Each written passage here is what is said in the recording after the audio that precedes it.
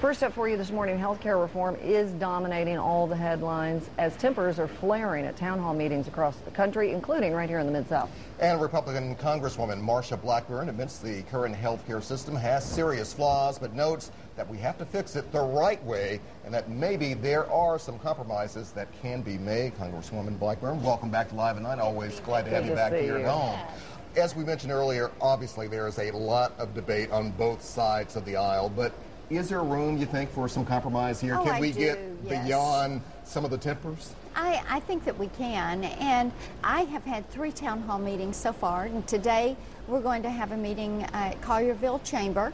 Looking forward to that, and we've had great discussions. I actually like the fact that people love this country enough that they are showing up to weigh in. And you know, at the town halls, we're not only hearing about health care, we're also hearing about the cap and trade and concerns about that.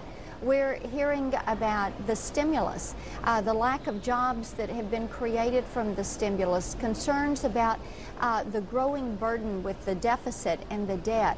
So people are paying attention. Right. Exactly. They are. They are really focused. I have not seen people this focused on issues and policy since we had the state income tax debate here in Tennessee. So getting back on health care reform, though, Congresswoman, what can we do here? Again, obviously everybody is going to have an opinion about this, but what can be done? You know, because you agree it needs to be fixed. Right. Sure. There are some things that need to be reformed.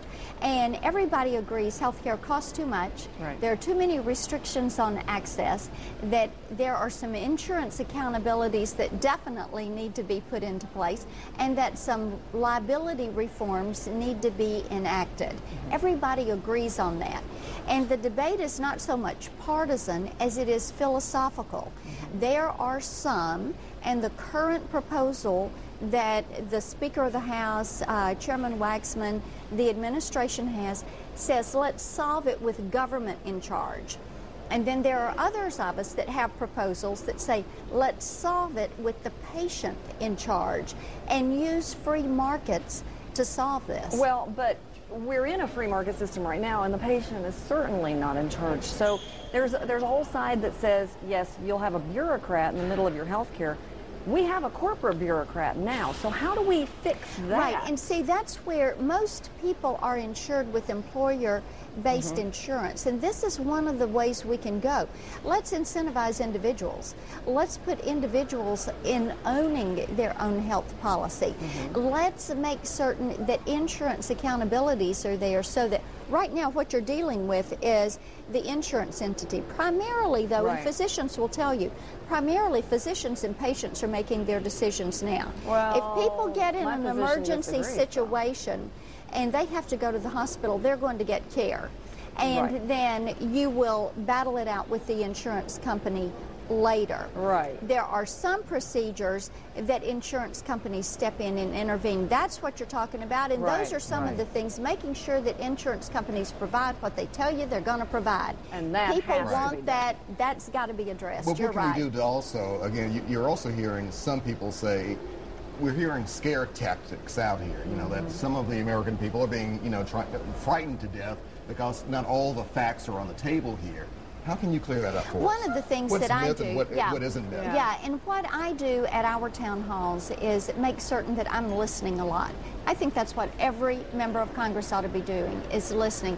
The other thing that we've done, our website, blackburn.house.gov, people can go to that, log on, take the link to the bill so that they can read that bill themselves.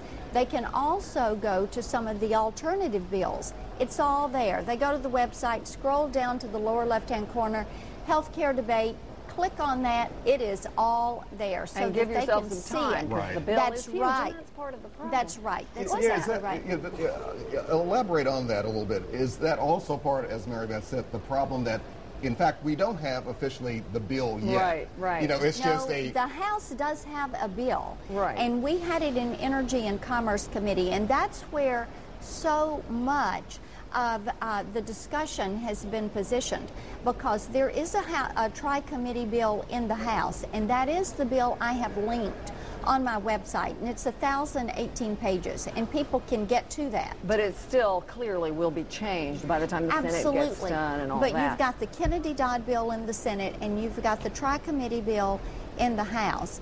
And so people are, it is important for them to go look at those existing pieces of legislation and then talk to us. Say, I like this, I don't like this, I went to this bill, I like these parts, I agree with this, let me tell you why I think this doesn't work. As a matter of fact, at the town hall meeting we did in Germantown last week, where we thought we'd have a max of 50 people most, and we had over 200, it was great because we had some people ask questions, I would answer what I knew, and then somebody would say, I think I can add something to that. I work in this industry, or there were some physicians there.